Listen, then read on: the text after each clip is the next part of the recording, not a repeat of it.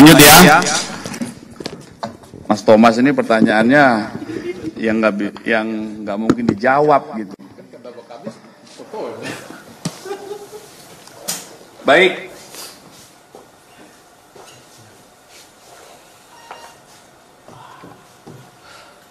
Rekan-rekan, kami izin menyampaikan update tentang penanganan perkara dugaan tindak pidana pencemaran nama baik dan atau fitnah dan atau manipulasi penciptaan, perubahan, pengerusakan informasi elektronik yang dianggap seolah-olah data yang otentik dan atau mengubah, mengurangi, melakukan transmisi, merusak, memindahkan, menyembunyikan suatu informasi elektronik milik orang lain. Ini bunyi pasal ya. Dan atau pencemaran nama baik dalam bentuk informasi elektronik sebagaimana diatur di pasal 310 KUHP dan atau pasal 311 KUHP dan atau pasal 35 Yunto 51 ayat 1 Undang-Undang Nomor 11 2008 tentang ITE yang sudah dirubah akhirnya menjadi Undang-Undang Nomor 1 2024 yang itu merupakan perubahan kedua ya. Jadi perlu kami sampaikan rekan-rekan bahwa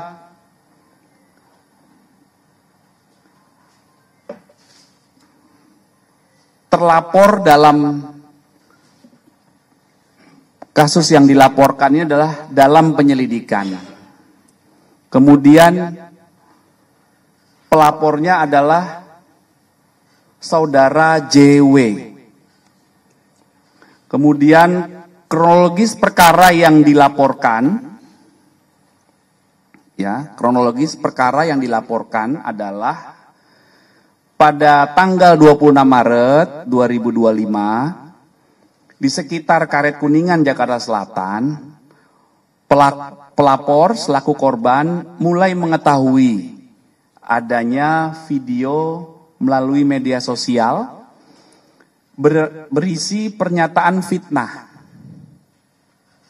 dan pencemaran nama baik dengan pernyataan ijazah palsu S1 dari sebuah universitas milik pelapor atau korban, yang selanjutnya pelapor meminta kepada ADC atau ajudannya dan kuasa hukum untuk mengumpulkan bukti-bukti dari berbagai media sosial dan mengingatkan kepada pihak yang membuat pernyataan dan konten berisi fitnah dan pencemaran nama baik tersebut sebagaimana yang dinyatakan diantaranya oleh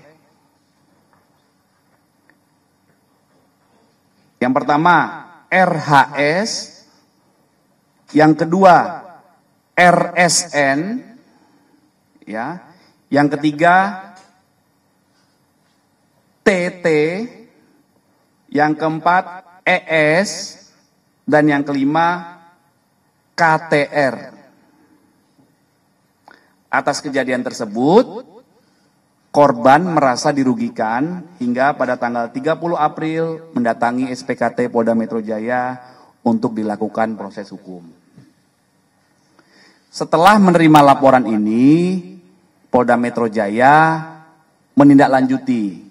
Dalam hal ini, tim penyelidik dari Subdit Kamnek Ditreskrim Polda Metro Jaya. Tahap awal yang dilakukan pengambilan keterangan dalam rangka klarifikasi dalam tahap pendalaman, yaitu proses penyelidikan, pelapor sudah diambil keterangan. Sampai dengan hari ini setidaknya ada 24 saksi yang telah diambil keterangan dalam tahap pendalaman di proses penyelidikan. Ya, jadi setiap kami menerima laporan polisi, tahap awal yang dilakukan adalah penyelidikan. Penyelidikan adalah proses pendalaman yang dilakukan oleh penyelidik untuk mengetahui atau mencari fakta apakah peristiwa yang dilaporkan itu ada dugaan tindak pidana atau tidak. Apa peristiwa yang dilaporkan? Tadi yang sudah kami jelaskan. Ya, jadi makanya waktu itu rekan-rekan pernah bertanya, apakah benar A, B, C, D itu terlapor? Terlapornya dari laporan yang kami terima dalam penyelidikan. Tapi dalam peristiwa itu muncul beberapa nama yang dijelaskan oleh pelapor selaku korban, dan peristiwa inilah yang dilakukan proses pendalaman saat ini. Itu rekan-rekannya ya. Jadi rekan-rekan bisa memahami. Kemudian saat membuat laporan hingga saat ini ada beberapa barang bukti yang sudah diterima oleh penyelidik, antara lain ada satu buah flash disk berisikan 24 link video YouTube dan konten pada media sosial X ya.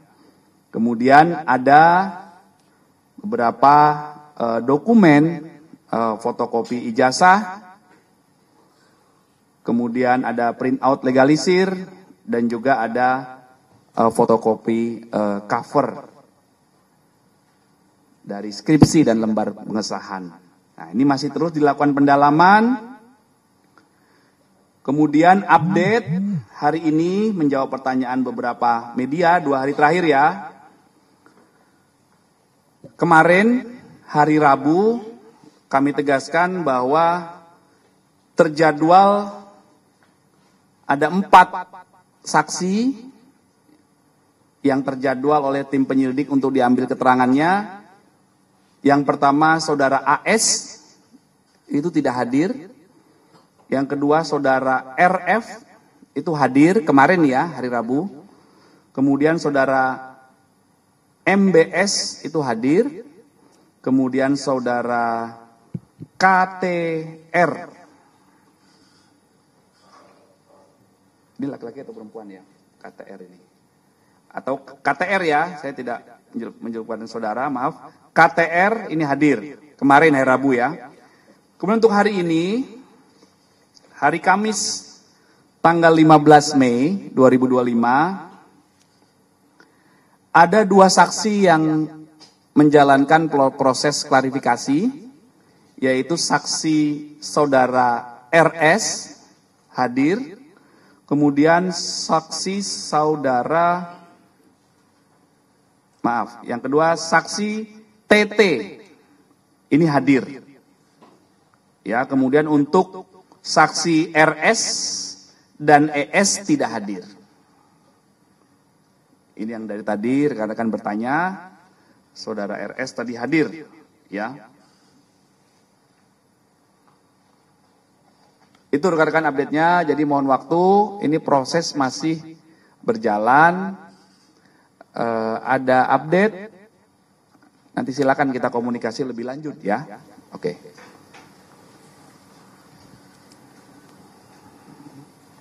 Ada pertanyaan? Iya. Berarti pihak kepolisian sudah mengantongi ijazah milik pelapor JW dan lembar pengasahan skripsi milik pelapor. Fotokopi. Tadi saya jelaskan fotokopi. Fotokopi ya. Oke. Ini masih tahap penyelidikan. Kemarin Pak Abraham Samad menyebutkan jika dirinya belum mendapatkan panggilan pihak kepolisian dan juga dia merasa heran karena dihubungkan dengan kasus ijazah tudingan ijazah Jokowi ini. Dari kepolisian apakah memang benar memanggil Pak Abraham Samad juga atau tidak Pak? Penegasannya juga. Bentar ya.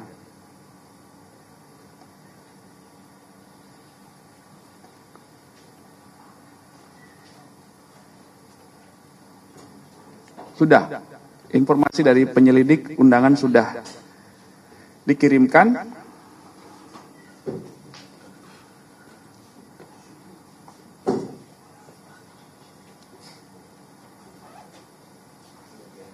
Saksi adalah orang berdasarkan fakta yang ditemukan oleh tim penyelidik. Jadi saat ini tahapnya namanya penyelidikan.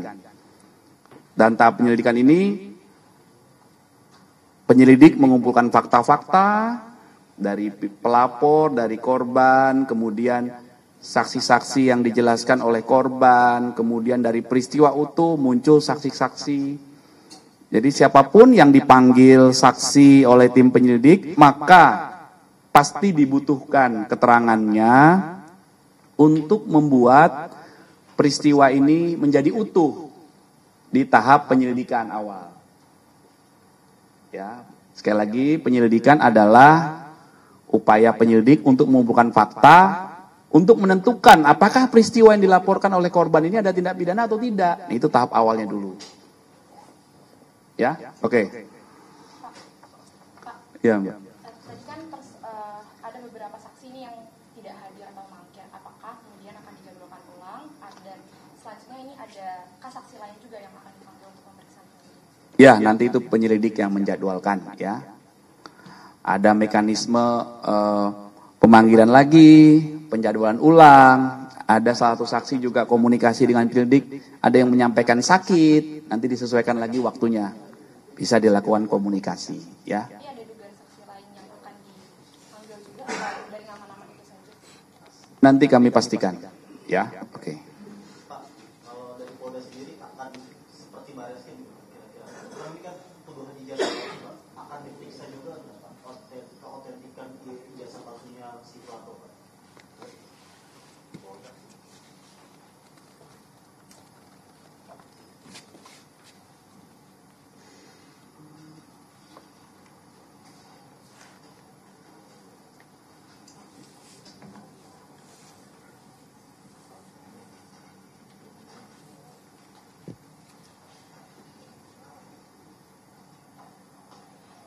Berdasarkan laporan yang disampaikan oleh pelapor ataupun korban, maka yang menjadi objek perkara penanganan kasus ini adalah pernyataan yang mengandung fitnah dan pencemaran nama baik melalui media sosial atas tuduhan ijazah palsu S1 milik pelapor,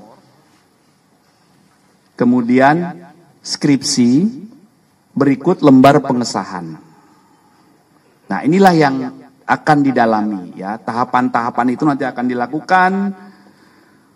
Penyelidik juga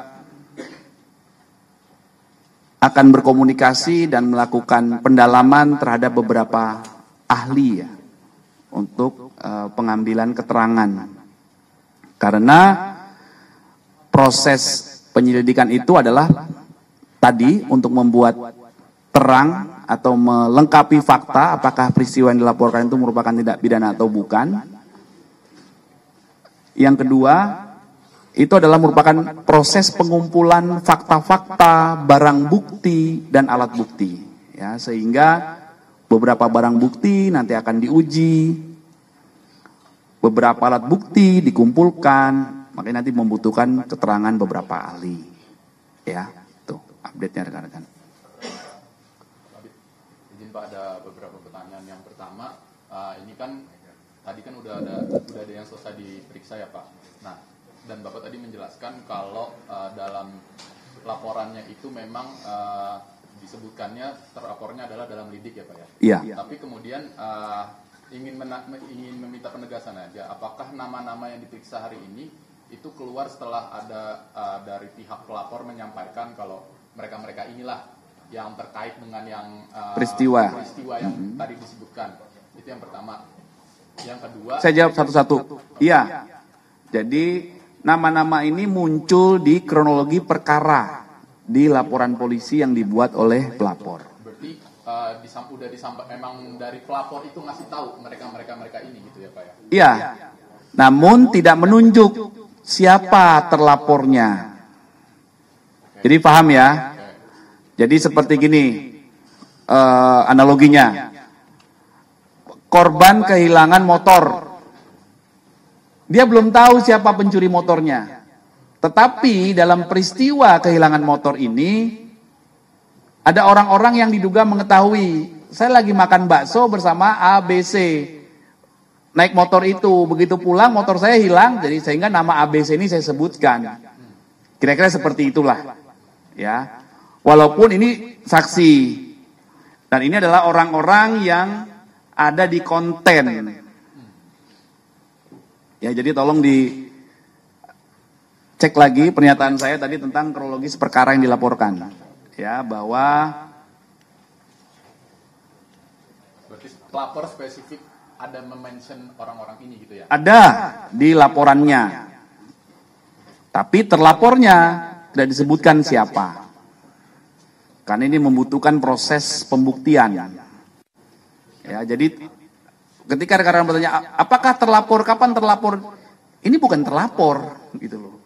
Ini adalah saksi dalam sebuah peristiwa yang dilaporkan. Nah, ini juga harus dipahami oleh rekan-rekan. Pak, pertanyaan keduanya. Iya.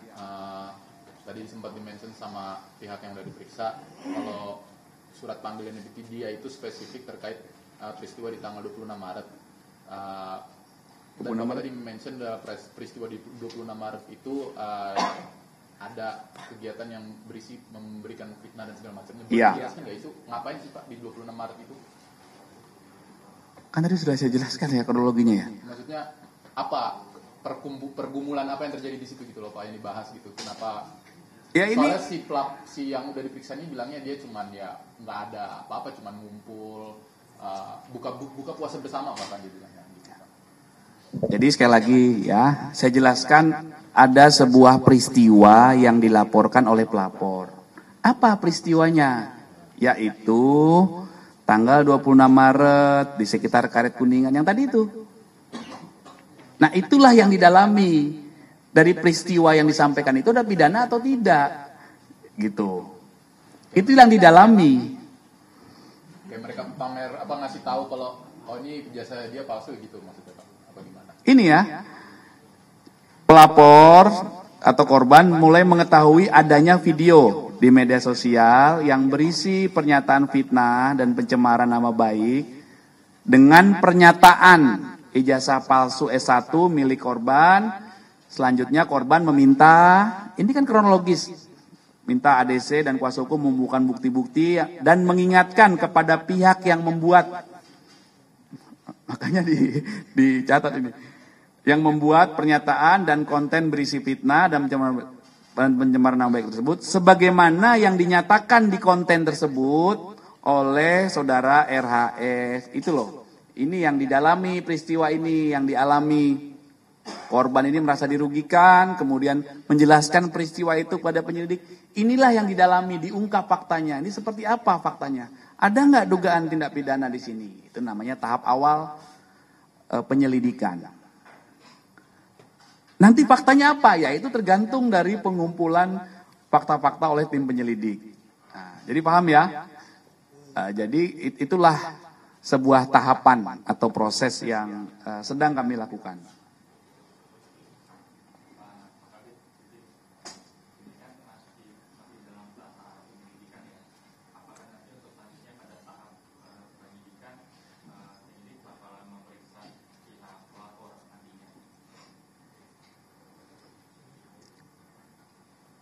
Sudah pasti ya. Jadi tahapan penyelidikan itu diperiksa, klarifikasi, nanti fakta-fakta dikumpulkan, kemudian dilakukan gelar perkara, ditentukan hasil gelar perkara berdasarkan alat bukti dan barang bukti yang dikumpulkan, ada nggak dugaan tindak pidana? Kalau ada dugaan tindak pidana, ditingkatkan statusnya menjadi penyidikan. Setelah penyidikan, pelapor diperiksa lagi, di BAP namanya.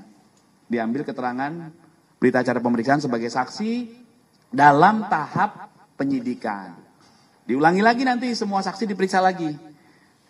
Inilah hukum acara yang diatur di hukum acara pidana dalam tahap penyidikan. Jadi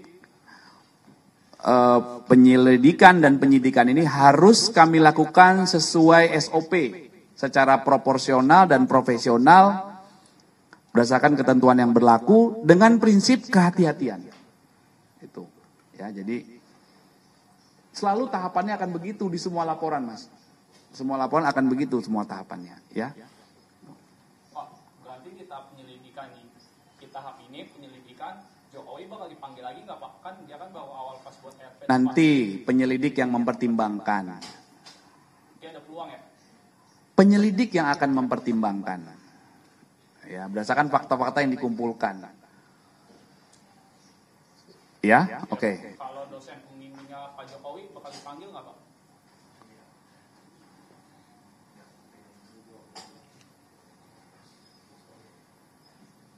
Dosen pembimbingnya. Iya Pak, kan kemarin sempat upload. Nanti kami cek, ya. Kami cek ke penyelidik ya.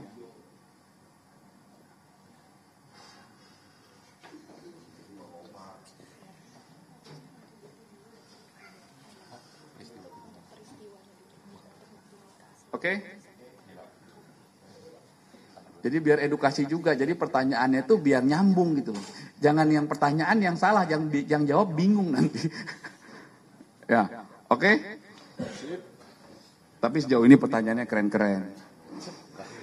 Selalu menimbulkan angle baru. Keren.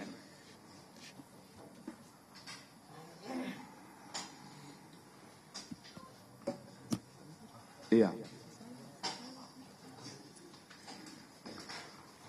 Oke? Boleh nanti kalau ada yang kurang jelas boleh ditanyakan. Tapi kalau kadang terlambat itu kami butuh waktu verifikasi. Saya diajarin Mas Thomas sama Mas Adi, akurasi lebih penting Pak, hati-hati. Akurasi lebih penting dibanding kecepatan menjawab. Benar nggak? Terima kasih rekan-rekan, hati-hati di jalan ya. Oke, terima kasih. Adi itu mah bahasa Adi Pak.